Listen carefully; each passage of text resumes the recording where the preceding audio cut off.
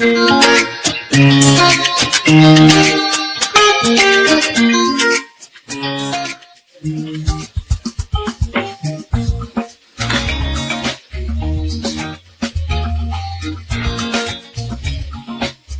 Indigenous Knowledge for Youth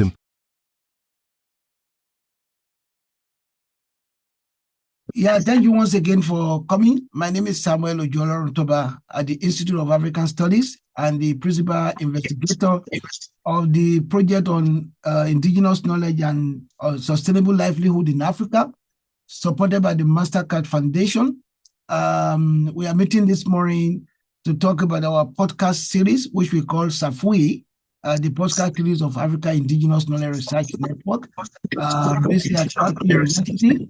So we are talking to the Ijaw Research Working Group in Lagos with a focus on traditional bone setting.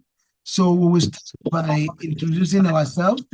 Over to you, Professor Ayobade, the coordinator of Ijaw Working Group at University of Lagos. Yeah. Good evening.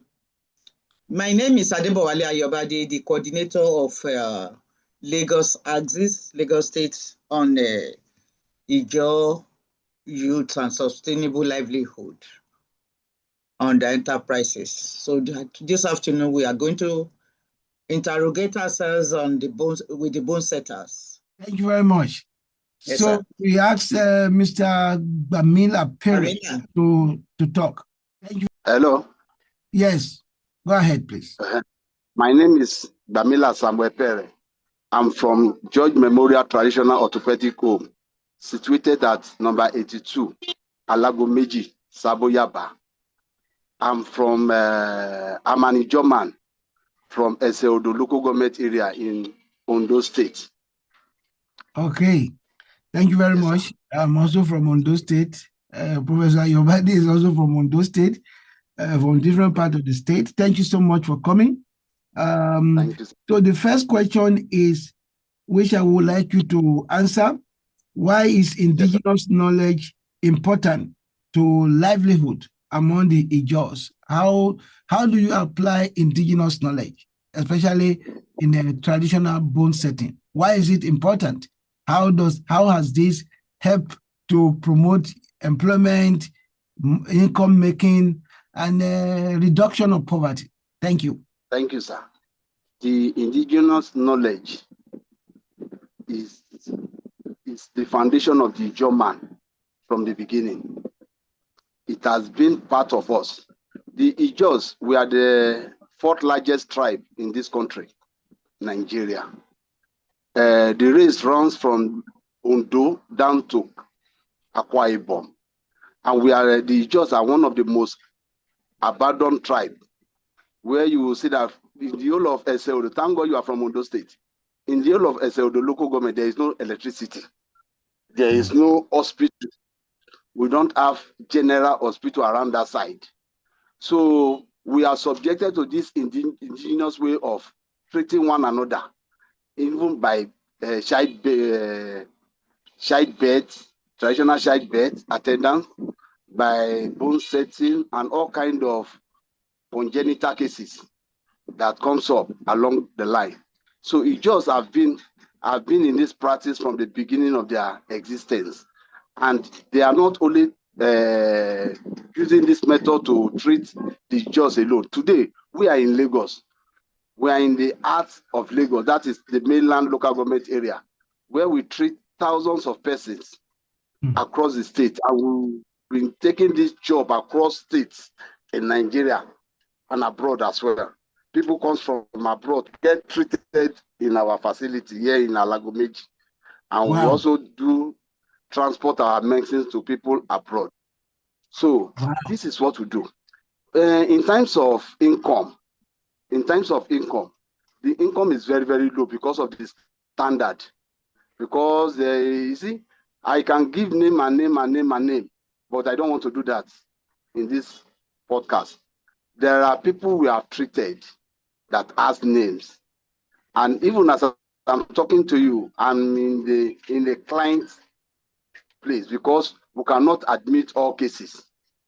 So because we do not have a facility, just like the other day when I was in this program, I made it known that we have over 15 persons in training. And this job, this our bone setting job, is not limited to Ijaws alone. We have Yorubas that are also acquiring knowledge with us, from us, to do work. And it is going wide. The only thing we lack is that we do not have government presence in our job. There is no government involvement. Nothing the government is doing for us. We are not taking that as a bad omen, but then that is why it is still standing in a local standard. If we have what it takes, all the equipment around us, I think by now in Africa, traditional medicine would have been one of the best methods of treatment across the world. It would have been an hope for other continents to come in and how do I put that? And get, it would have been like, what do I say? But then, we have the medicine. The medicine is in Africa. Every leaf has its purpose, like the way I said the other day, sir. All right, thank you so much. I'm particularly very much interested in the fact that you have 15 people under your training. And so when they finish the training, they go start on their own, or would they continue to work with you? Okay, Prof, can you supply that answer? Are you aware? From the study we conducted with them, once these people attain freedom, and that means they are now competent enough to be on their own, and they set them free, but collecting some few items from them. Just like what I was saying, I said, if we have help in this system, Africa would have been a tourist, medical tourist for the world to come into, to exploit in, because we have medicine. Just like this bulletproof of a thing. Africa have medicine that when they use, if you shoot at them, it will not penetrate. There are leaves working for that. There is a leaf that the Yorubas call a weato. It can set bone even without manipulating it. We have other leaves that works in Africa that does these things. Even the modern science was not extracted from heaven. It was also derived from leaves and other organic methods. So I think we have the medicine. The only thing we don't have is that we are not recognized. We are not recognized at all. All right, thank you very much. Thank you very much. In your first response, you talk about the challenges that you are facing. We are going to get there shortly. My next question is, what are the various ways indigenous knowledge can be used to support livelihood among the Ijaws? I think you've mentioned some of them, but maybe you want to talk more about how we can apply this traditional knowledge. I don't like calling it traditional knowledge because it's a knowledge. So where you are comparing it with the Western knowledge, you say it's traditional. It's knowledge. Maybe you better call it African knowledge system. So how do you think, what are the various ways that it can be used to support livelihood among the Ijaws, especially the youth? How can we, because one of the major problems we are trying to address with this project is unemployment among the youth. Yes. How can we use this knowledge? What are the opportunities that exist within indigenous knowledge system in the work you do or other work to foster a reduction in unemployment? Thank you, sir. At first, I want to appreciate the convener for this program for making Ijaw a research point at this period, because we have over 250 tribes in this country. So it is it's what Thanksgiving in our own side of it. When you, according to your question, in our place, nobody, if you go to any general hospital, any orthopedic hospital, any specialist hospital, I don't think maybe we have a satisfied doctor in that community as a whole, in that kingdom. There was a time I traveled to a place called, that's after Opuba. we used to have these small hospitals. Then I have a case, I attended one of them. The man told me, he said he's not a doctor. He said he's a biochemistry technician. These are the people who call doctor in our environment. There are no hospitals. There is no opportunity for hospital at all. If a man is sick, a woman is sick, the closest general hospital to us is at Okitipupa. That is the closest, which is about 2.5 hours drive to the closest general hospital, and it is not even an upper standard. So this is how we are far from the medical system. So we depend solely on traditional method, on this African method. This is what we use. And with the way it is being practiced, it is not something that you can transfer to a child easily. No child will want to acquire it. Why? I just said it. I said there is no light in the whole of SL, the local government. Who child will want to acquire a given that around that area, no light, no AC, no television, nothing, and you want to inherit that kind of job. Why these things are available in the urban city? This is why so many neglected these jobs. They don't want to do them. So instead of that, they look for a white collar job. They come out, leaving this lucrative one for something else. So this is what is happening. We are far from it. How can they help in this business? One, we want the agencies and the governments to come into our aid, to help our facility, to help us improve our job, so that they will be attractive for the young ones. Yeah. So that we can even transfer these things to our young ones, so that it will be something that like something that, yes, in Africa we're supposed to have gotten traditional general hospital where we will have different departments of treatment, just like the scientific method. But we don't have it, not because we don't know what we are doing. Good. We don't know what we are doing. Thank you. Yes. Again, I will still say that what you are doing is also scientific. It's just at the level of epistemological differences. What you are doing is scientific, because what is scientific is something that follows a regular process that can be replicated and is systematic. That is called science. So what you are doing is also scientific. So don't let us use words to subordinate what we are doing. So it is also scientific. Okay, thank you, Prof. From your own findings, to respond to my other question, what are the various opportunities? Mr. Gbamila has told us some. What opportunities that exist for job creation in this sector? Without prejudice to the challenges that he mentioned, we're still going to get to that. And I'm hearing all they need is support, infrastructural support to make the job attractive. So what are the opportunities that you think are available for job creation, for sustainable livelihood in this sector? Thank you, Prof. There are so many opportunities that can be created to provide means of livelihood for Ijaw youths. Because just like Mr. Gbamila said, that the inability for them to have a modern hospital is a major problem. But despite the fact that they don't have access to modern hospital, they are still the one in charge of maternal health, child health, all different type of health through herbs. They are still the one providing it for each other. And all the people that I interviewed, both the TBAs and the bone setters, no mortality. How many people had died? They will tell you, God forbid, nobody died in their hands. But that is a plus for them.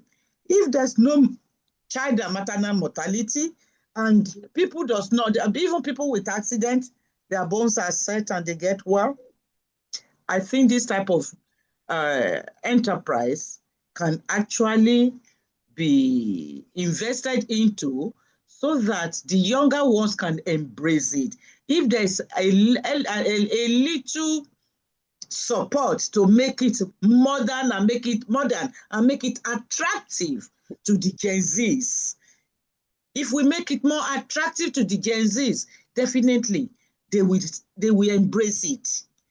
On several occasions that we have met on this platform, I kept on saying that if we harmonize modernity with tradition, it's going to be attractive for them to embrace. And they will be forced to stay put in the rural areas rather than them coming to the cities where they will have nothing to do. And at the end of the day, they will constitute nuisance and social miscreants to the cities.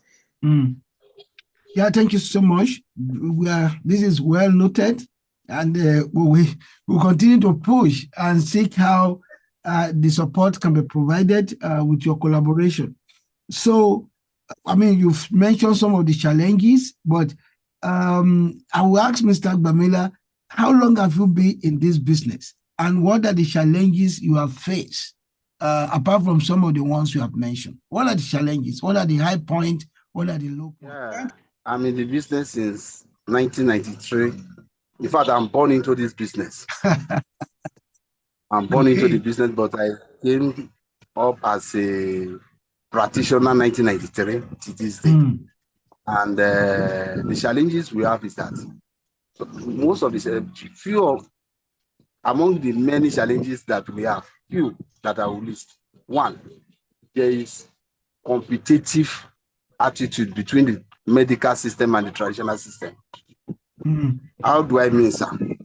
If any traditional case, or if there is a case now, it is not everything that General Hospital does on their own. Sometimes they too used to refer cases. After treating for a period of time, they would refer them to other appropriate areas, like Bobby, like teaching hospitals and all that. But if a case comes from traditional, they will not want to accept it. There is no collaboration between the traditional and the medical. We should not forget that. We should not forget that Tiansi is a traditional medicine. Yes. Forever is a traditional medicine. Most of these things they use, those of these African, all these vitamin C and all those things, they are all supplements. They are all from nature. But when a medical system sees a traditional, they condemn it outrightly. They condemn it outrightly.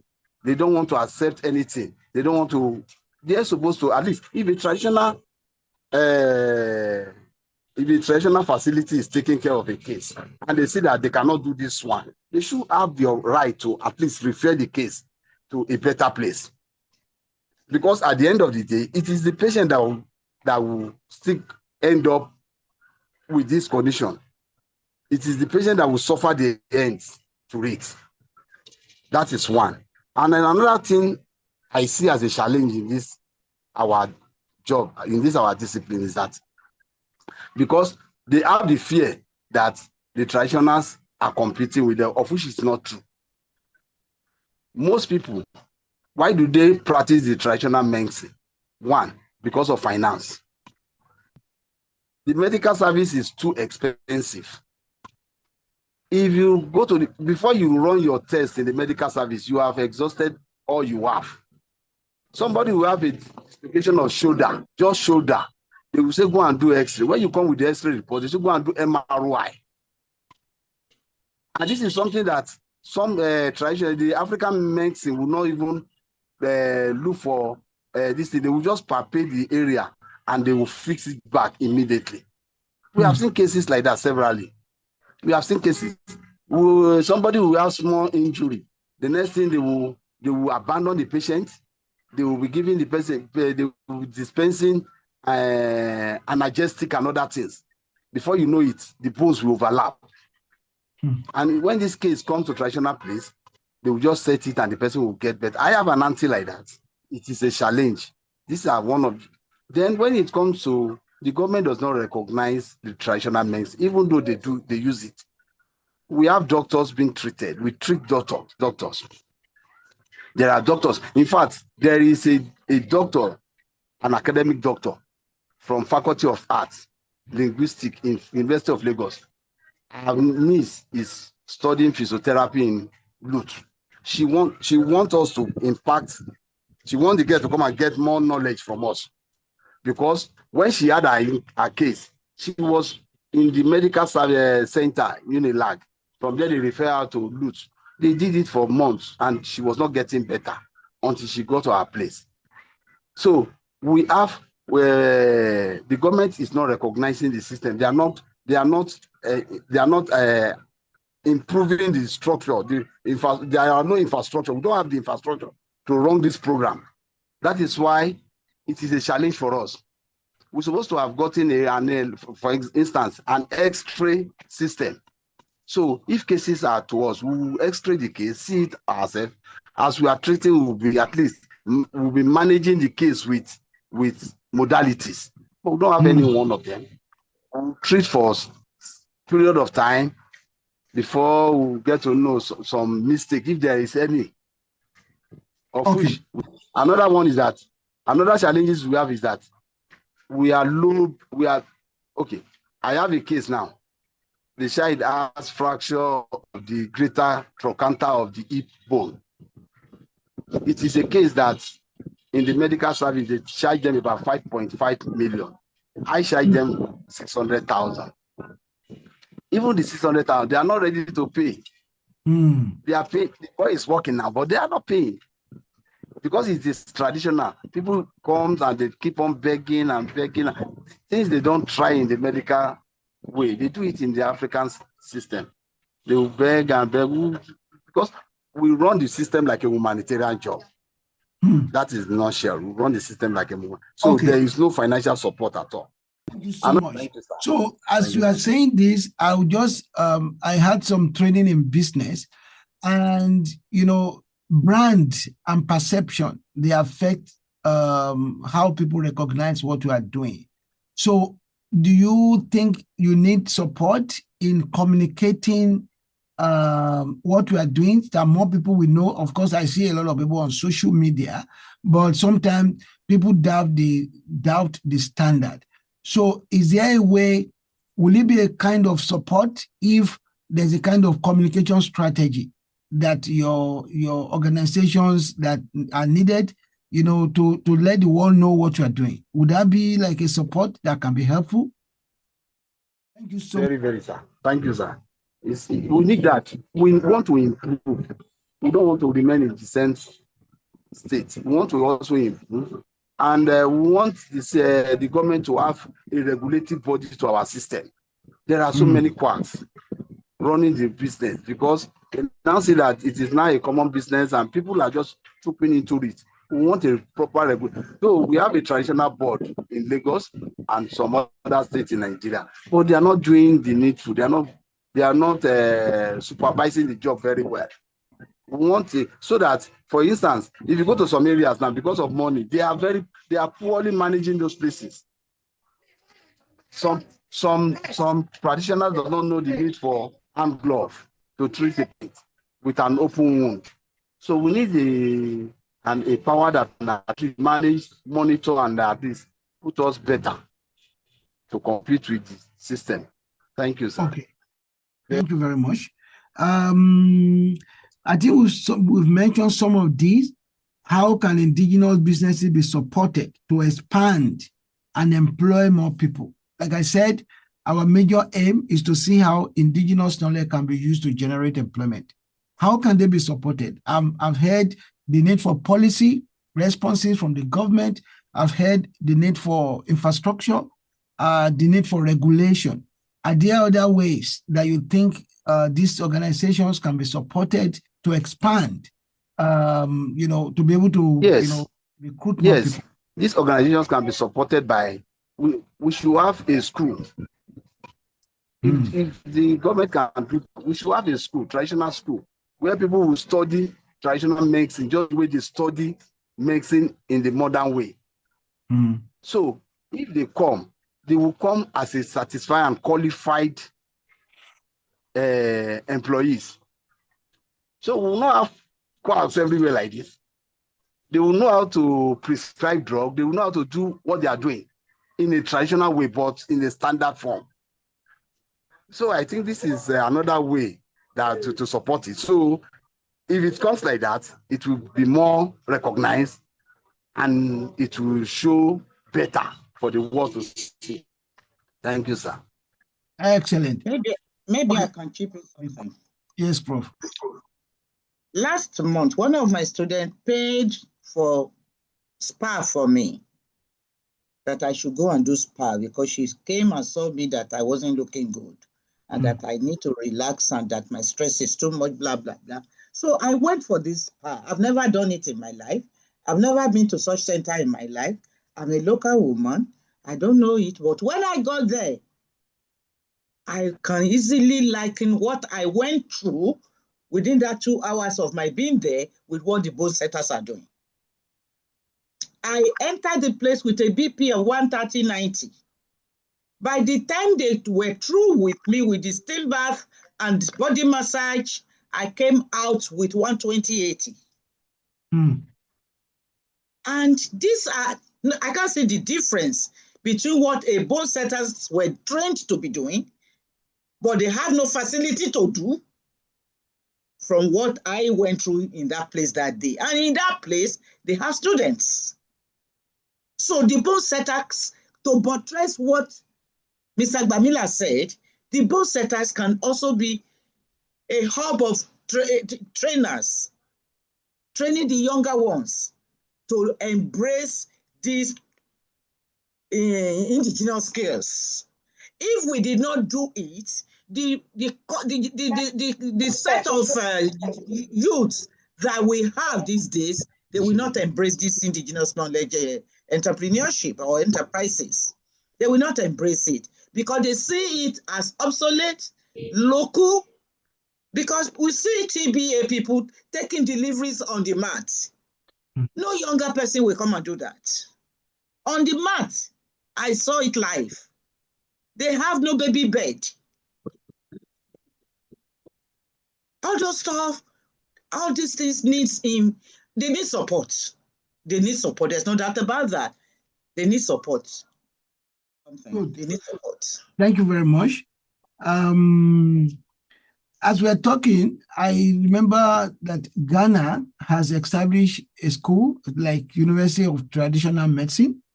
And in Ibadan, University of Ibadan partners with Ibarapa. There's Ibarapa School of Health that is focused essentially on indigenous health, traditional health in that place. So what are the partnerships you think can exist between your organization and the University of Lagos, for instance, or Lagos Teaching Hospital, LUT there? So what do you think? Yeah, these are the kind of partnership because the way it is,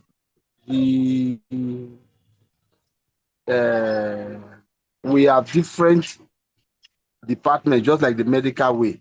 We have different departments in the African method of treatment. We have those who run a gynecology method, those who take care of woman that is looking for fertility and all those things. We have the obstetrics department, those who deliver baby pregnancies. It doesn't matter if the person have breech pregnancy or whatever. They will reposition the something and the case might not need CS of anything. So just like that,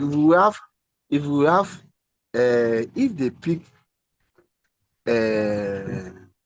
standard and reputable ones in the cities that are doing this job, like in Lagos now, and if we can have a collaboration with any form, maybe University of Lagos or even Lagos State University or thereabout, and we get our training from that place, at least that will now bring a link between the traditional medicine and the medical system. So if there will be stages at a stage, if you observe a case to a particular stage, you will know when to refer and when cases not to even admit or touch at all. We went for a seminar about club food and they gave us referral letter. through a partnership organization like that we should be referring, and we were like, okay, what is the benefit of the traditional or the African medicine practitioners? If we are to refer all cases to the what is the purpose? So the truth is that we need partnership. We need partnership. We want a collaboration. The medical system cannot tell us that outrightly the traditional system is not doing anything. They can't say that. They can't say the African medicine is not working at all. No. There are areas they are even confused. For instance, there is a case they call epilepsy. Epilepsy is acquired during delivery. That case is acquired during delivery when they use arm to pull the child out, and the baby will now have that arm problem. No medical system has treated one condition to a perfect order before. We have cases where we have treated several of these cases, a lot of them like that. It is basically affecting the brachial plexus. So there are cases like that, so many of them like that we do. Even bow leg, K-leg, they don't have record. Even when they do POP, at the end of the day, the baby's leg will go back again to how it was, or worse than how it came. So these are these things.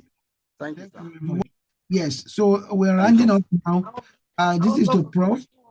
What are the other areas of research to be conducted on indigenous knowledge among the Ijaw? Because one of the things we're also doing in this project is to document this knowledge. These knowledges, I would say, for posterity. Because one of the things that the colonialists... Other areas. I think I have seen the content of this research, and I discovered that the research covers so much. But there is something. When we talk of long distance race is obviously for the north. Long distance race that will run maybe about 1,000 meters is for the north. But when we talk of swimming is supposed to be another area from the coastal communities. Yes, swimming supposed to be another area from the coastal communities, because we inhabit in those places. These are places where we grow. As I am now, I can't easily die in water. The young ones are there. They are just wasting. I have not heard in history that in Olympic Nigeria. Why? Does that because we don't have waters? Can you come again? Swimming? You say you have not heard in history? Yeah, swimming. In the history that Nigeria came first in an Olympic game. Okay. Yeah. So I hear your point. So what you are saying is that we need to do research on swimming as an economic activity. And where that if you throw a newborn Ijaw child into the water. Thank you, sir. Yes, so sir. That can foster ecotourism. People can come and watch. People can see. Yes. Good. Yes, sir. Thank you very much. Area. Okay, go ahead. Prof, which area do you think need more research? We need to document these knowledges for posterity. We don't want them to die with the people who own them. Mr. Gbamila, we need to document that. You can write a book on that. So what other areas do you think we need to look at in this, multi-sectoral sphere of knowledge production? You see, the idea that like palm wine tapping, the palm wine tappers are being eroded, are going into extinction. They are going into extinction. Meanwhile, palm wine, when you use palm wine to brew it into local gin, it is more healthier, it is hygienic, it's healthier, it is organic, unlike when you are using ethanol.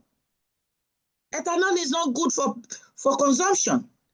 But this locally produced gin from palm wine tapping, from palm wine, is cheap, is better, is healthier, and it is also hygienic. It's organic with human nature. And it will not destroy people's organs. And when you taste them, there's difference between local gin made from palm wine and the one made with ethanol. Such trade or enterprise should be harnessed to be attractive to the younger ones. Although people that are felling trees in the forest are also dealing with the palm trees. Nobody is thinking of the economic impact of these trees, palm trees. That all the parts of palm trees are useful. Yeah. They are money making, but people are not seeing it in that form. And even the forest guards, I don't know, maybe they are doing what they're supposed to be doing in the forest, because people fell trees anyhow. Okay. Such trade needs to be harnessed, needs to be touched, so that it will actually create great impact in job creation. Okay. Traditional birth attendants, we look down on them. But what they are doing, I want to believe, I'm an educated person, I want to believe that it will be a tough endeavor for the medical personnel to do. Because what I saw on the field, like child health care services, where they are trying to deal with people with cerebral palsy, and they are treating them to normalcy with herbs. Babies that we look as if they don't have bones, and after a few months of treatment, like 1, 2, 3 months of treatment, they are standing strong with their bones intact, everything intact, not more looking like a cerebral palsy or Down syndrome babies again. I saw all this on the field, but these are the people that does not even have one single bed for admission.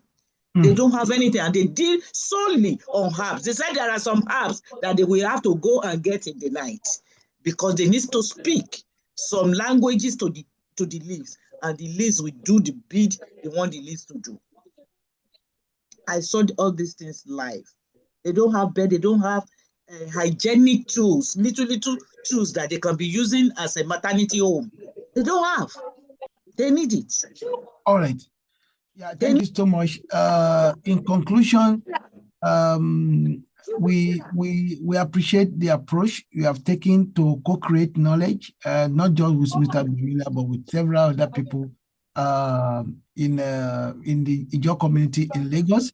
Like I said, we are hoping to get additional support to address some of these challenges we have identified. We may not be able to address everything. We'll see how we can communicate our policy brief to the government, and then to see how they can just get more engaged with this.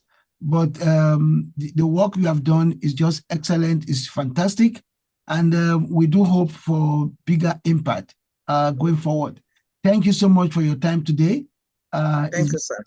Pleasure talking to you, and working with you, and hopefully we will get this podcast across to you once it has been edited, and then we will share it widely and globally.